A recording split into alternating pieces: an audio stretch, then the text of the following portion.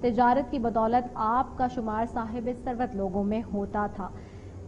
جہاں پہ ہم یہ گفتگو کر رہے ہیں وہیں حضرت انس رضی اللہ عنہ سے روایت ہے کہ بیت رضوان کے موقع پر حضور اقدس کی طرف سے آپ سفیر بن کے مکہ گئے تو خبر مشہور ہوئی کہ سیدنا حضرت عثمان شہید کر دیے گئے ہیں۔ حضور اکرم صلی اللہ علیہ وآلہ وسلم نے فرمایا کہ کون ہے جو حضرت عثمان رضی اللہ عنہ کا بدلہ لینے کے لیے میرے ہاتھ پر بیعت کرے گا۔ اس وقت تقریباً 1400 صحابہ کرام نے حضرت عثمان کے خون کا بدلہ لینے کے لیے حضور اکرم صلی اللہ علیہ وسلم کے ہاتھ مبارک پہ موت کی بیعت۔ اس کے موقع پر حضور اقدس نے اپنا ایک ہاتھ حضرت عثمان کا ہاتھ قرار دیتے ہوئے دوسرے ہاتھ پر رکھ کر فرمایا کہ بیعت عثمان کی طرف سے، اس بات کا نام بھی بیت رضوان اور بیت شجرہ کہلاتا ہے۔ پھر جنگ تبوک کے موقع پر کیا ہوا اس پہ بھی میں نظر ڈالوں گی، لیکن پہلے میں اسی حوالے سے تھوڑی سی وضاحت اور مفہوم کی طرف جانے کے لیے میں چاہوں گی مفتی محمد زاہد تبریزی صاحب کی طرف کہ وہ اس پر روشنی ڈالیں۔ جی بسم اللہ الرحمن الرحیم۔ حضرت سیدنا عثمان غنی رضی اللہ تعالیٰ عنہ کے فضائل و مناقب اور محاسنات اگر ہم بیان کرنے بیٹھ جائیں تو زندگیاں تو بیت سکتی ہے، مگر میرے آقا کے اس تیسرے خلیفے کی شان اور شوکت ہم کبھی بھی بیان نہیں کر سکتے۔ جہاں پر میں نے بات چھوڑی تھی، جب حضرت عثمان غنی رضی اللہ تعالیٰ عنہ نے اسلام قبول کیا تو ان کے چچا نے ان کو بند کوٹری میں بند کر دیا، کہنے لگے کہ جب تک تم دین محمد کو نہیں چھوڑو گے تمہیں نہیں چھوڑا جائے گا۔ تو حضرت عثمان غنی رضی اللہ تعالیٰ عنہ نے بڑا تاریخی جواب دیا۔ آپ نے فرمایا کہ میں جو ہے پوری کائنات پوری دنیا کو چھوڑ سکتا ہوں مگر محمد مصطفیٰ کا دیا ہوا ایمان کبھی نہیں چھوڑ سکتا۔ اور اب یہاں پر میں دو باتیں اور کلیئر کرنا چاہوں گا۔ ایک تو یہ ہے کہ آپ کا لقب ہے ذو النورین، یعنی دو نور والے۔ آپ کا ایک پہلا نکاح اور دوسرا نکاح میرے آقا کی دونوں شہزادیوں سے ہوا، حضرت رقیہ رضی اللہ تعالیٰ عنہ اور حضرت ام کلثوم رضی اللہ تعالیٰ عنہ سے۔ آپ کی قربانیوں کو، آپ کے فضائل و کمالات کو دیکھنے کے لیے صرف ہم جنگ تبوک کا مطالعہ کر لیں تو ہمیں پتہ چل جاتا ہے، اور پھر ان کے فضائل و مناقبات کا اندازہ بخاری شریف کی اس بات سے لگا سکتے ہیں کہ میرے آقا نے تمام صحابہ اکرام کو ایک سند عطا فرمایا کہ جو بندہ مسلمانوں کے لیے یہ بیر رومہ خرید کر آئے گا اس کے لیے جنت ہے۔ اور یہ بخاری شریف کی مستند حدیث پاک عرض کر رہا ہوں، کوئی ضعیف حدیث نہیں ہے۔ بخاری شریف جلد نمبر 1 صفحہ نمبر 522 پہ حدیث پاک موجود ہے۔ حضور نے فرمایا کہ جو میرے کلمہ پڑھنے والوں کے لیے اس کنویں کو خریدے گا فلاح الجنت، اس کے لیے جنت ہے۔ اب حضرت عثمان غنی رضی اللہ تعالیٰ عنہ کھڑے ہو کر عرض کرتے ہیں کہ اگر یہ کام میں کروں گا، اب حضرت عثمان غنی رضی اللہ تعالیٰ عنہ کو ایک تو یہاں پہ جنت مل گئی، اور دوسری بات یہ یاد رکھیے کہ غزوہ تبوک کا موقع ہے، میرے آقا مسجد نبوی میں ممبر پر تشریف فرما ہے، اور یہ غزوہ تبوک جو ہے آپ پڑھ سکتے ہیں ترمذی شریف جلد نمبر 2 صفحہ نمبر 211 پہ، اور مشکات شریف صفحہ نمبر 561 پہ موجود ہے۔ جب حضور علیہ الصلوۃ والسلام نے یہ ترغیب دلائی، فرمایا کہ بھائی اسلام کو اس وقت تمہارے مال کی ضرورت ہے۔ حضرت عبد الرحمن بن خباب راوی ہیں عزیز پاک کے، فرماتے ہیں کہ میں دیکھ رہا تھا کہ میرے آقا نے جب پہلی مرتبہ ترغیب دلائی تو حضرت عثمان غنی کھڑے ہو کر عرض کرتے ہیں آقا اسلام کی خاطر میں 100 اونٹ بمائے ساز و سامان پیش کرتا ہوں۔ پھر میرے آقا نے جب دوسری مرتبہ توجہ دلائی، ترغیب دلائی، تو پھر کھڑے ہوئے عرض کرتے ہیں کہ آقا اب میں 200 اونٹ بمائے ساز و سامان آپ کے اسلام کی خاطر پیش کرتا ہوں۔ اور میرے آقا نے جب تیسری مرتبہ ترغیب دلائی تو پھر بھی عثمان غنی رضی اللہ تعالیٰ عنہ کھڑے ہوئے، عرض کرتے ہیں یا رسول اللہ میں آپ کو 300 اونٹ بمائے ساز و سامان کے پیش کرتا ہوں۔ حضرت عبد الرحمن فرماتے ہیں رأیت رسول اللہ صلی اللہ علیہ وسلم ینزل علی المنبر، آپ فرماتے ہیں کہ میں نے پیارے نبی کو آمنہ کے لال کو دیکھا کہ آپ ممبر سے نیچے تشریف فرما ہوئے، اور وَهُوَ يَقُولُ مَا دَرَّ عَلَيَّ عثمان، میرے آقا نے فرمایا کہ آج کے بعد عثمان پر کسی قسم کا کوئی نقصان نہیں ہوگا، اور آپ نے فرمایا کہ ما عمل هذا بعد اليوم، آج کے دن میں جو عثمان غنی رضی اللہ تعالیٰ عنہ نے اسلام کی خاطر اتنی قربانی دے دی ہے، فرمایا کہ عثمان غنی رضی اللہ تعالیٰ عنہ کا یہ مقام بن گیا ہے کہ اعملوا ما شئتم فقد غفرت لكم، کہ عثمان غنی رضی اللہ تعالیٰ عنہ آپ جو بھی کریں گے محمد عربی نے ان کو جنت کا مالک بنا دیا، جنت کا وارث بنا دیا ہے۔ اب دوسری بات یہاں پہ یہ عرض کر دوں گا کہ ذو النورین ہم کیوں کہتے ہیں، اس مسئلے کو سمجھنے کے لیے مختلف قسم کے حوالے دوں گا آپ کو میں، اور مختلف طبقات کے لوگوں کی کتابوں کے۔ سب سے پہلے بخاری شریف جلد نمبر 1 صفحہ نمبر 523 پہ موجود ہے، اور یہی بات جو ہے مشکات صفحہ نمبر 563 پہ موجود ہے، اور یہی بات اصول کافی جلد 1 صفحہ 439 پہ موجود ہے، اور یہی بات جو ہے حیات القلوب جلد 2 صفحہ نمبر 588 پہ موجود ہے کہ ہم تو کہتے ہیں کہ حضرت عثمان غنی رضی اللہ تعالیٰ عنہ کے عقد میں میرے آقا کی 2 شہزادیاں تھیں، اور یہ باتیں ان کتابوں میں موجود ہیں جو میں نے بتائی ہیں۔ اور ایک اور حوالہ ابن عساکر کے حوالے سے جو مولا علی کی روایت ہے، مولا علی فرماتے ہیں کہ پیارے نبی آمنہ کے لال نبی نے ارشاد فرمایا فرمایا کہ یہ تو میری 2 شہزادیاں عثمان غنی کے عقد میں ہیں، فرمایا کہ اگر میری 40 بیٹیاں ہوتی تو میں وہ 40 بیٹیاں بھی یکے بعد دیگر عثمان غنی کے نکاح میں دے دیتا۔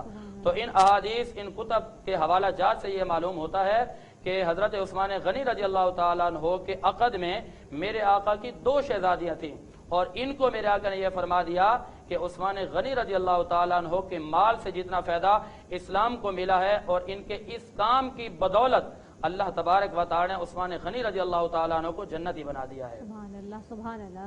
ناظرین، گفتگو کا سلسلہ جاری ہے، حضرت عثمان غنی رضی اللہ عنہ کے بارے میں ہم گفتگو کر رہے ہیں، اور جہاں جنگ تبوک کے اعتبار سے بھی مفتی محمد زاہد حسن رضوی صاحب نے روشنی ڈالی، وہیں آگے بہت ساری روایات ہیں اور بھی دیگر اور بھی سلسلہ جاری ہے، اس پہ میں بات کروں گی، لیکن ہمارے مہمان کی طرف بھی چلتی ہوں۔ مولانا راشد محمود سومرو صاحب بیٹھے ہوئے ہیں۔ مولانا صاحب، ہم ویسے یہاں پہ جو ہمارے مہمان آتے ہیں ان سب سے ایک سوال کرتے ہیں، وہ میں آپ سے سوال چونکہ پہلے ہم تھوڑا سا مذہبی طور سے، دوسرا آج کے موضوع کے اوپر بھی آپ خود ایسی بات ہے چونکہ مہارت حاصل ہے، آپ میں نے آغاز میں کیا سیاسی مذہبی جماعت سے آپ کا تعلق ہے، تو آپ اس پہ روشنی ڈال رہے تھے، تو میں نے شروع میں آپ سے وہ سوال کرنا بہتر نہیں سمجھا، لیکن اب میں آپ سے وہ سوال کرتی ہوں۔ روزے کے حوالے سے ہم پوچھتے ہیں ایک سوال اپنے مہمانوں سے کہ پہلا روزہ آپ کو یاد ہے کہ آپ نے کب رکھا اور کیا عمر تھی، اور جب رکھا تو کس طرح سے، گرمی کے روزے تھے، سردیوں کے، کیا فیل تھا؟ بڑا اچھا سوال کیا آپ نے۔ ہمارے گھر میں ایک عجیب رمضان میں ماحول ہوتا ہے۔ اب بھی میرے گھر میں رمضان میں 2 سال 1 سال کا بچہ بھی رمضان میں رات کو سوتا نہیں ہے۔ اچھا۔ ہمارا پورا گھر پورا رمضان کا مہینہ پوری رات جاگتے ہیں۔ اچھا۔ چھوٹے چھوٹے بچے 5-5 سال کے، 6-6 سال کے۔ ابھی اسی رمضان میں میری چھوٹی بھتیجی ہے، میرے بھائی کی بیٹی ہے، تو فجر کی نماز کے بعد ہم نماز پڑھ کے آئے تو اچانک ایک افراتفری گھر میں نے بچوں میں دیکھی، تو میں نے کہا کیا ہوا ہے؟ کہ تو چھوٹے بچے کہہ رہے ہیں کہ حفصہ نے نہ ماں کو بتایا ہے اور نہ باپ کو بتایا ہے، سحری کی ہے اور اس کے بعد باقاعدہ اس کی نیت کر لی ہے، اچھا، اور روزہ رکھ لیا ہے اس نے، اور والدہ کو بھی اطلاع نہیں اور والد کو بھی اطلاع نہیں ہے۔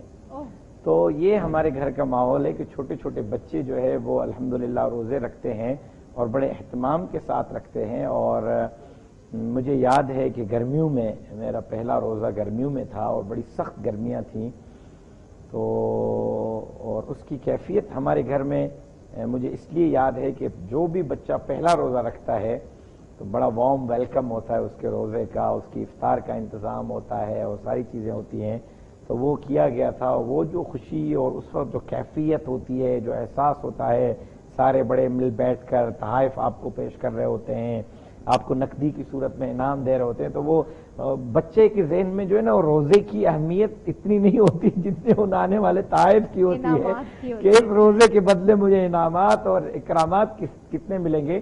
تو میں اس کو تعبیر کرتا ہوں اس چیز سے کہ ایک معصوم بچہ جب روزہ رکھتا ہے، اس کے والدین اس کی روزہ کشائی کے لیے کتنا بڑا اہتمام کرتے ہیں، کتنے انعامات، پھول، ہار، ساری چیزوں کا اہتمام کرتے ہیں۔ تو اسی کو ذرا لے لیں کہ جب ایک بڑا روزے دار روزہ افطار کرتا ہوگا، اللہ اس کے لیے کتنے انعامات اور اکرامات کا انتظام کرتا ہوگا، کیونکہ الصوم لی وانا اجزا بہ وانا اجزی بہ، مختلف روایات ہیں۔ اب یہ ایک عجیب سلسلہ ہے کہ جناب رسول اللہ صلی اللہ علیہ وسلم نے فرمایا کہ اللہ فرماتے ہیں کہ الصوم لی، روزہ میرے لیے ہے، وانا اجزا بہ، اور اس کا بدلہ میں ہوں۔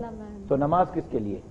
اللہ کے لیے۔ روزہ کس کے لیے؟ اللہ کے لیے۔ حج کس کے لیے؟ زکوٰۃ کس کے لیے؟ خیرات کس کے لیے؟ حج کس کے لیے؟ عمرہ کس کے لیے؟ طواف کس کے لیے؟ لیکن اللہ نے یہ نہیں کہا کہ نماز میرے لیے اور نماز کے لیے بدلہ میں ہوں، حج میرے لیے اور حج کا بدلہ میں ہوں، خیرات میرے لیے اور اس کا بدلہ میں ہوں، زکوٰۃ میرے لیے، اور لیکن اللہ صرف رمضان کے لیے اور روزے کے لیے کہہ رہے ہیں کہ روزہ میرے لیے اور اس کی بدلہ میں ہوں۔ تو کسی بزرگ نے اس کا بڑا زبردست نقطہ سمجھایا کہ مسجدیں کس کا گھر ہے؟ اللہ کا گھر ہے، لیکن اللہ نے بیت اللہ کا لقب جو دیا وہ کعبۃ اللہ کو دیا۔ اب جب میں آپ کے سامنے بیت اللہ کی بات کروں گا، مفتی صاحب بات کریں گے، تو لوگوں کے دماغ میں فوراً یہ بات آ جائے گی کہ بیت اللہ سے مراد کعبۃ اللہ ہے، حالانکہ مسجدیں ساری اللہ کا گھر ہیں، لیکن خصوصیت بیت اللہ سے کعبے کو دے دی۔ اب سوالات انبیاء ہیں، رسول ہیں، پیغمبر ہیں، لیکن رسول اللہ کا جب نام لیا جائے گا تو نسبت جناب رسول اللہ صلی اللہ علیہ وسلم کی طرف جائے گی کہ اللہ کے رسول، حالانکہ سوالات رسول اللہ کے ہیں۔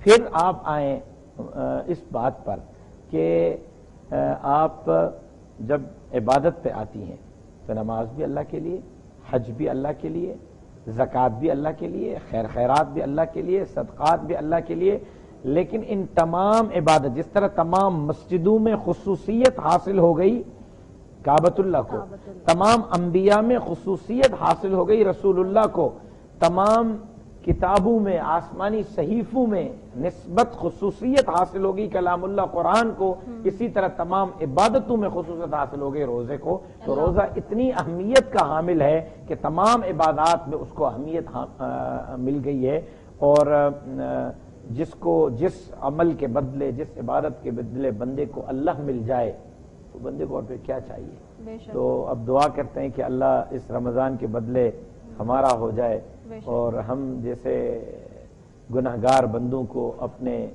ان لوگوں میں شامل کرے جن کے لیے اللہ نے فرما دیا الا ان اولیاء اللہ لا خوف علیہم ولا هم یحزنون۔ قرآن میں اللہ فرماتے ہیں نا یا ایتھا النفس المطمئنہ۔ مجھے ایک واقعہ یاد آیا، اگر آپ کی اجازت ہو تو میں عرض کروں۔ بالکل کیجئے، مفتی صاحب اس کی تائید کریں گے۔ حضرت خواجہ بہاؤالدین زکریا رحمۃ اللہ علیہ اللہ کے بہت بڑے بزرگ اور ولی گزرے ہیں۔